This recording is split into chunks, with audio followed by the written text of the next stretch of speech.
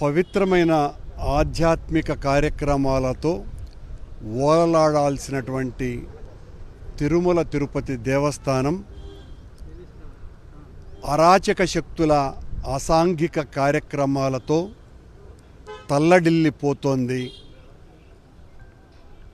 BR Naidu గారు అధ్యక్షుడైన తర్వాత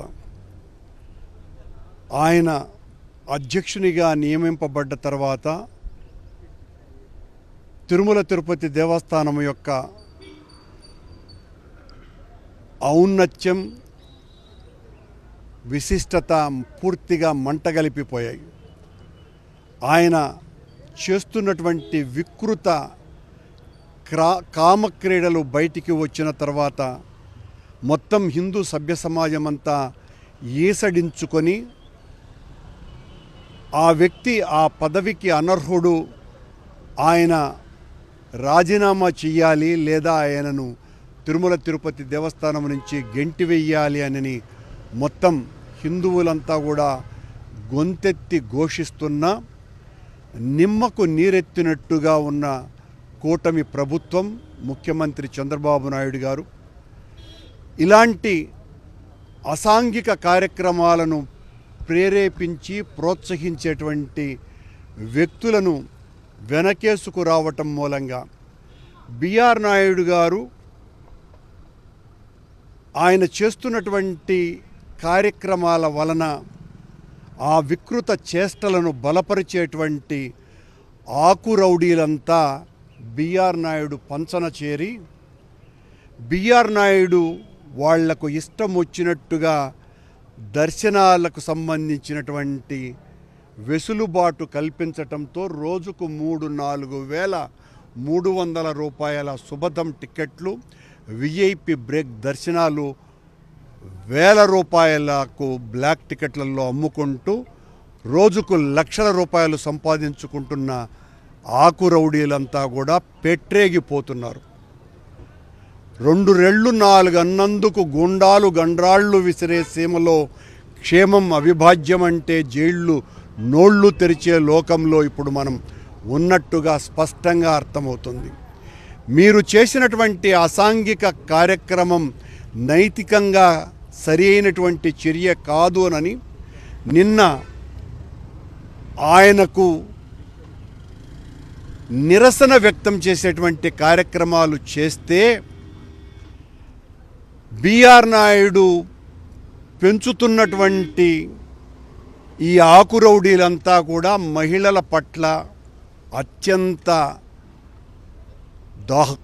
దారుణంగా, ఎంతో అసభ్యంగా, మా నాయుడు కంటే ఇంకా మేము నీచంగా వ్యవహరిస్తాం రోడ్ల మీదనేనని దుర్భాషలాడుతూ మహిళలని చూడకుండా వాళ్ళ పెదాలను రక్కేటువంటి కార్యక్రమం చేసి శాంతియుతంగా ధర్నా చేస్తున్నటువంటి 13 మంది మీద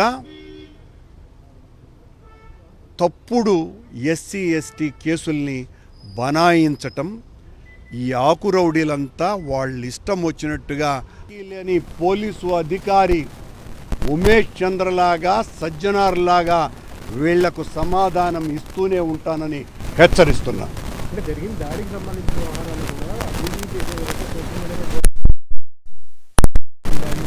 ఇంతకంటే దారుణం మరొకటి లేదండి.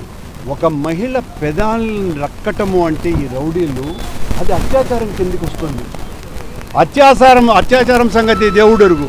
ఆమె మీద ఎస్సీ ఎస్టీ కేసు పెట్టారు.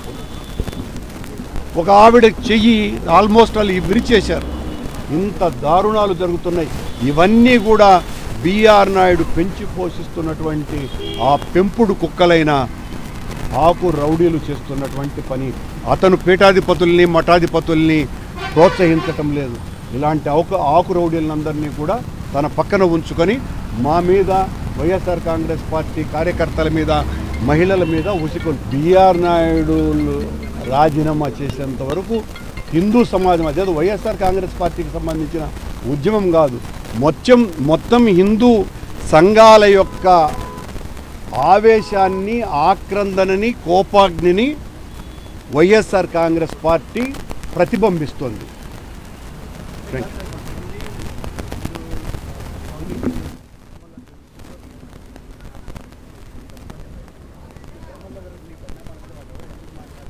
అది మీరు అడగాల్సిన ప్రశ్న కదా. నన్ను అడిగితే నాకేం తెలుస్తుంది? మీరు అడగాలి. హిందూ సమాజాన్ని కాపాడాలనుకున్నటువంటి మహాపురుషుల యొక్క స్పందన పత్రికా విలేకరులుగా మీరు అడగాల్సినటువంటి బాధ్యత మీది.